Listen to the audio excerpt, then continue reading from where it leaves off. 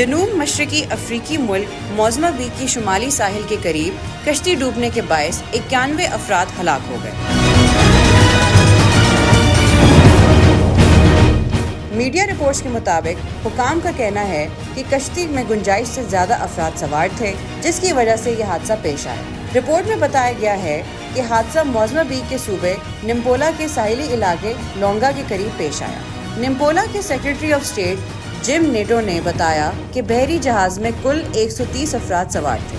حادثے میں ہلاک ہونے والوں میں بچے بھی شامل ہیں۔ 34 افراد لاپتہ جبکہ 5 افراد کو زندہ بچا لیا گیا ہے۔ جم نیٹو کا کہنا ہے کہ حادثے کی تحقیقات کے لیے ایک انکوائری ٹیم تشکیل دے دی گئی ہے۔ ان کا کہنا تھا کہ 5 میں سے بچ جانے والے 2 افراد ہسپتال میں زیر علاج ہیں۔